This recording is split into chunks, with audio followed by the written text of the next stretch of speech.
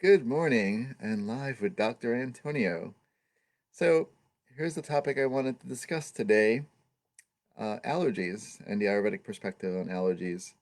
And I'm referring more to seasonal allergies than food allergies and things like that, although there is some overlap with um, allergies and the body's biophysical processes around autoimmune responses.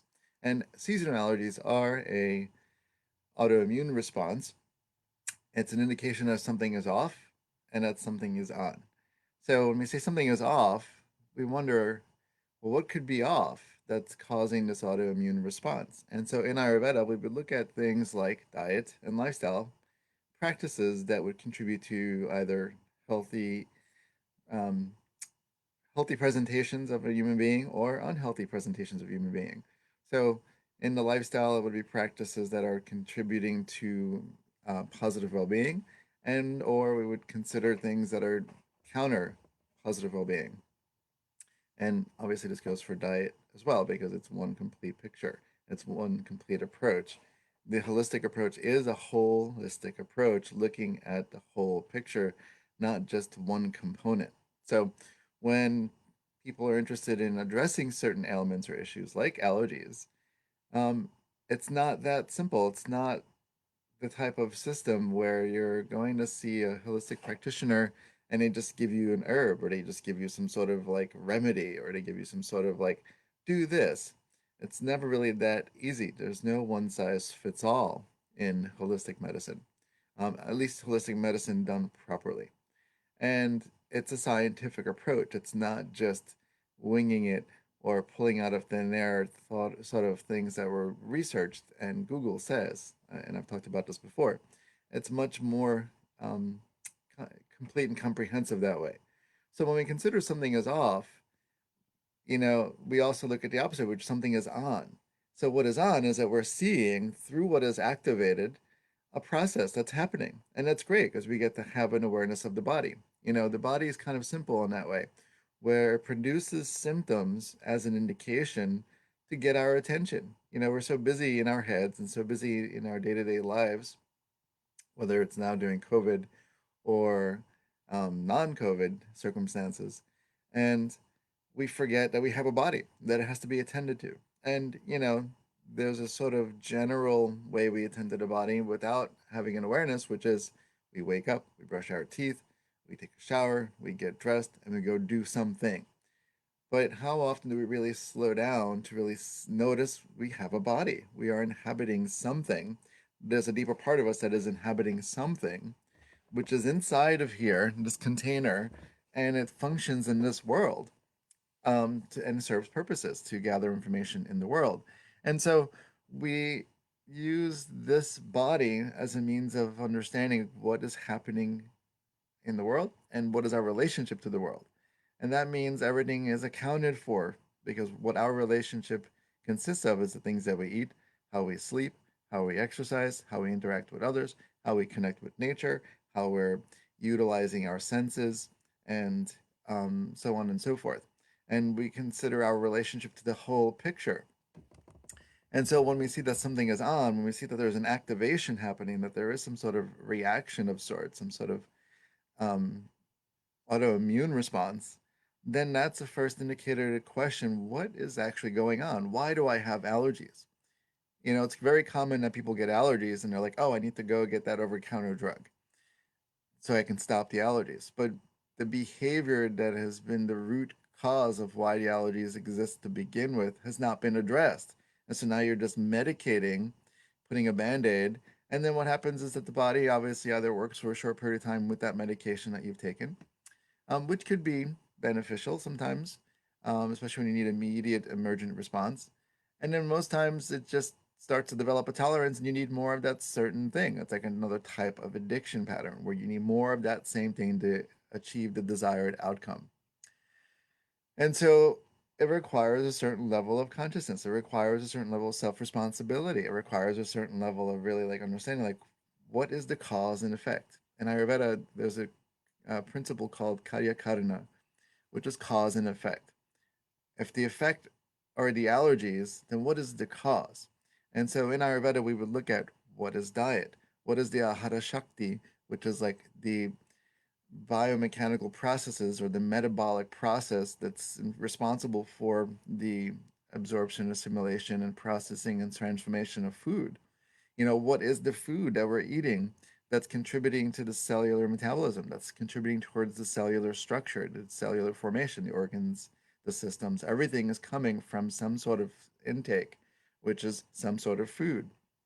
And then obviously it's influenced by other sensory experiences as well, because it's a comprehensive, complete approach. And so we wonder, well, what do I notice in my food intake that could be a potential um, exacerbant or a potential um, contributing factor that's creating this response from my body. If I'm having an allergic reaction of sorts, because allergies are a type of allergic reaction, histamines are activated in the bloodstream. So when you get the medications that are over the counter at the pharmacy, they're usually antihistamine based or steroid based to increase circulation, increase stimulation of the immune system, to increase dryness, to do all these things, and yet we're still doing the same thing that's causing the allergies to begin with. It's not just enough to blame. It's all the pollen. It's all the grass being cut. It's the mold and it's the dust and all these things. It's not enough just to consider that. We can have a natural response without saying that we suffer from allergies. If we walk into a dusty environment, of course, the body's going to start sneezing or feel some sort of dryness or tickle in the throat. Of course. I mean, you're working with the elements, you're working with characteristics that are going to be opposite to what your body's places in homeostasis. And so your body's going to have a natural response. So that's something that's on. What's off is if there is that perpetual allergic reaction of sorts that has not gotten resolved. So I have lots of friends that suffer from allergies this time of year. You know, when I started this journey, actually prior to starting my journey with holistic medicine and Ayurvedic medicine and even Chinese medicine, I suffered from chronic allergies. I would get allergies that were intense during allergy season, especially during the peak times of the year. I would also have 3 to 4 colds a year, you know. And, I was very young and I was just living my life and I was just eating and drinking and participating in activities that were just, all over the place. And then I started finding my way through yoga's practices of breathing and cleansing, like the neti pot and things like that. And then I found my way into holistic medicine and started learning about the herbs and diet and all of this. And this whole situation changed radically for me. I may get allergies during that 1 or 2 actual peak days of the year, and that's it, because my diet has been rectified and the tissues of my body are processing information coming in without really minimal issues. And if I do start to have some indication, because the body, when it produces symptoms, it's an indication that something is out of homeostasis. The body, like I said, is trying to get my attention, your attention, and that's the only way it knows how is by producing a symptom, really. We get a sense of goodness when we feel good about something, then that's a subtle indication when we are really intimate with our body. Oh, that's great. I want to experience this again because I'm feeling it. It's a visceral experience. But also, the same thing goes with not feeling well. And so, when I'm not feeling something, I start to look at what did I eat? What did I drink? Did I stay up late? Did I sleep in late? Did I sleep during the day? Did I not exercise enough? And I put it all together to see what do I do to move forward. I don't just pop pills and keep doing what I'm doing because that's going to continue to amount to some other things. And then eventually it's going to create more conditions that become more complicated. When the simplicity is, am I sleeping right? Am I sleeping enough? Am I eating right? Am I eating enough or overeating? Am I exercising enough or under exercising? And so on and so forth. So it's not enough to say, take this herb, take this pill for allergies, because if you are that kind of person that you're thinking that that's going to be the quick fix, then there's misinformation happening, there's a misrepresentation happening, and there's harm that could be happening because you might be taking something you don't even need just because it works according to someone else's scientific report or someone else's personal experience doesn't guarantee it for you. And this is what Ayurveda says. It's very unique. The whole situation is very unique. You are very unique. So if you're having allergies, if you're having issues with something that your body's producing a symptom trying to get your attention, then it requires more delicate approach and a more comprehensive approach to understanding the root cause so you can get to the root cause and not have to worry about things moving forward versus just popping pills and becoming a type of population or society based on um, just taking without actually getting to the root. And it takes responsibility to look at your diet. You can either let the food dictate you, or you can decide over food what is the appropriate food to eat at any given time. Food is medicine or it could be poison.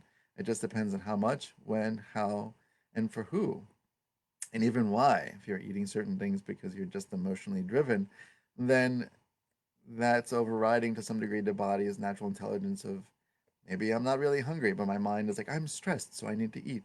And then you're creating sort of discordant relationship with the mind and body, which starts to create, havoc. And to some degree, to some extent, and loosely, I would generally say, autoimmune responses are indication that the body is attacking itself. That's why it's autoimmune. The body is not being recognized on some level by something else.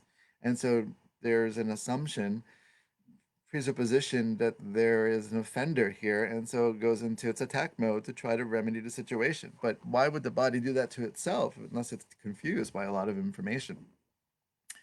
So it's really important to consider what are you doing to contribute on a root level to the optimal well-being of your overall well-being, noticing the cues of on and off.